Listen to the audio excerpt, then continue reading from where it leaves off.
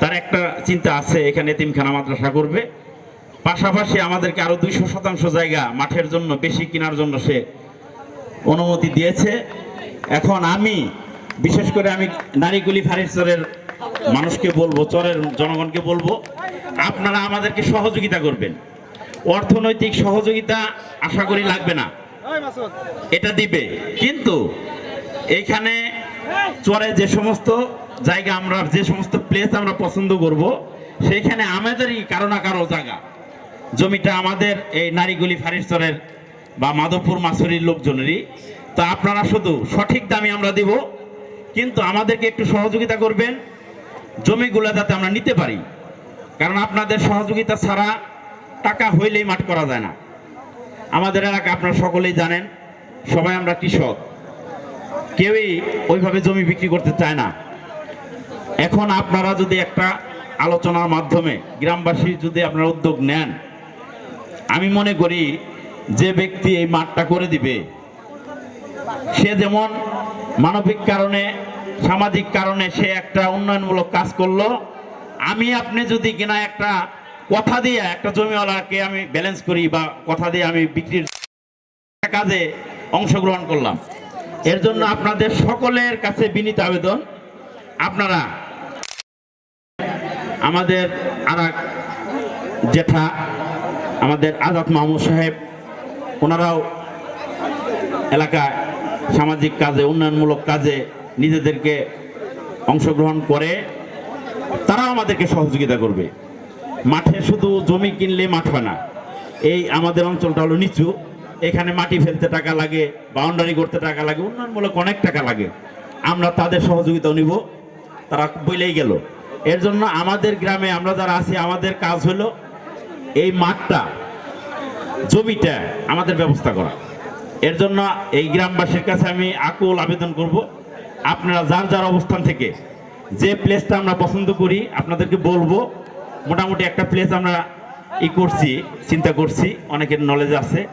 তো আপনারা প্রতিটা জমি মালিককে এই মাঠ, এতিমখানা এবং মাদ্রাসা এর জন্য আপনারা ওইভাবে উৎসাহিত করবেন যে আমরা এখানে একটা ধর্মীয় প্রতিষ্ঠান প্লাস সামাজিক প্রতিষ্ঠান করতেছি, আপনারা একটু সহযোগিতা করেন। আমরা বাজার মূল্যের চাইতে শতাংশে আরো 5,000 টাকা বেশি দিব, মিয়া ভাই বলে গেছে, যে এদেরকে কম দেব না। সাধারণ যারা আছে, অন্যান্য বংশের যারা আছে, তারা এখানে একটা নির্ধারণ করবে এই জমিটার ভ্যালু কত, আমরা কম দেব না, আবদার করবো না, 5,000 শতাংশ বেশি দিব, এইভাবেই সে বলে গেছে। এখন আমাদের সহযোগিতা করে এটা কাছাকাছি আনতে হবে। এই টাকাটা অলরেডি বাজেট করাও আছে, আরো 7 বছর আগে অ্যাকাউন্টে রেখে দিচ্ছে আমাদের জন্য, এটা এলাকার সবাই জানেন। তো সেই হিসাবে আপনারা এই সহযোগিতা আমাদেরকে করবেন। আর আজকে যে খেলাটা, ওই মাঠ হওয়া পর্যন্ত আজকে যে খেলাটা হইল, আজকের পুরস্কার আপনারা জানেন, একটা ওয়ালটন ফ্রিজ এবং বাইসাইকেল। তো আপনারা আমাদেরকে সহযোগিতা করবেন। আমরা আজকের এই বছরের ন্যায় প্রতি বছরই আমরা এই ফরাজি প্রিমিয়ার লিগ চলমান রাখবো ইনশাল্লাহ। আমাদের ওই মাঠ হওয়া পর্যন্ত আমরা ইচ্ছা করলে কিন্তু বড় টুর্নামেন্ট দিতে পারবো না, ফুটবল খেলা বা বড় ক্রিকেট, আমাদের যেহেতু মাঠ নাই। তো ওই পর্যন্ত, ওই মাঠ করা পর্যন্ত আমরা আগামীতে আপনারা আমাদেরকে সহযোগিতা করবেন, আমরা যেন মোটর সাইকেল দিয়ে এই শর্ট পিচের একটা ক্রিকেট টুর্নামেন্ট দিতে পারি।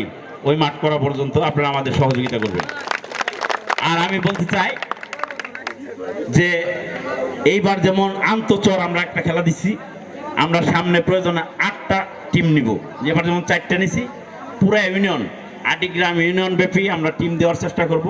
আপনারা এখন থেকে যারা খেলাপ্রেমী, কোন এলাকার ছেলেপেলেরা খেলার প্রতি উৎসাহ, ভালো খেলে, ভালো খেলোয়াড় আছে, আপনারা এখন থেকে নোট করতে থাকবেন।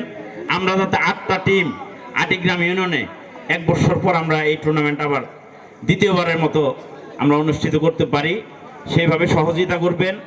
আর সর্বোপরি এই টুর্নামেন্টে অনেকে অনেকভাবে আমরা কথা বলছি, আমাদের ফরাজি পরিবার তথা নারীগুলির যুব সমাজের পক্ষ থেকে আপনারা অনেক কষ্ট পেতে পারেন, কষ্ট পাওয়াটাই স্বাভাবিক, এরকম আচরণ আমরা হয়তোবা করেছি।